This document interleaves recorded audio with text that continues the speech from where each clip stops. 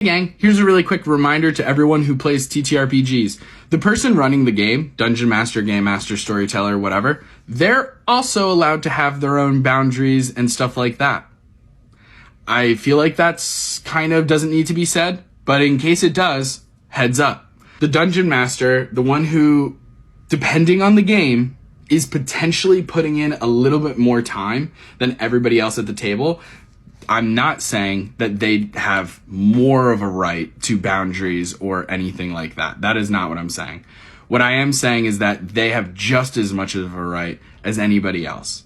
So if I'm the Dungeon Master and I'm running the game and I want to play a game that's kind of more jokey and silly and funny, and a couple of the players are like, oh, I don't like doing that. I want to run hardcore serious. Death is possible every second of every day. Maybe this isn't the table, and that's okay. Sometimes I think pre-session zeros are just as important to alleviate a lot of those situations and kind of set expectations super early. You know what I mean? Hey gang, I'm looking for a couple of players to play a game that has X, Y, and Z in it. Don't even come to the session zero if you're not about X, Y, and Z.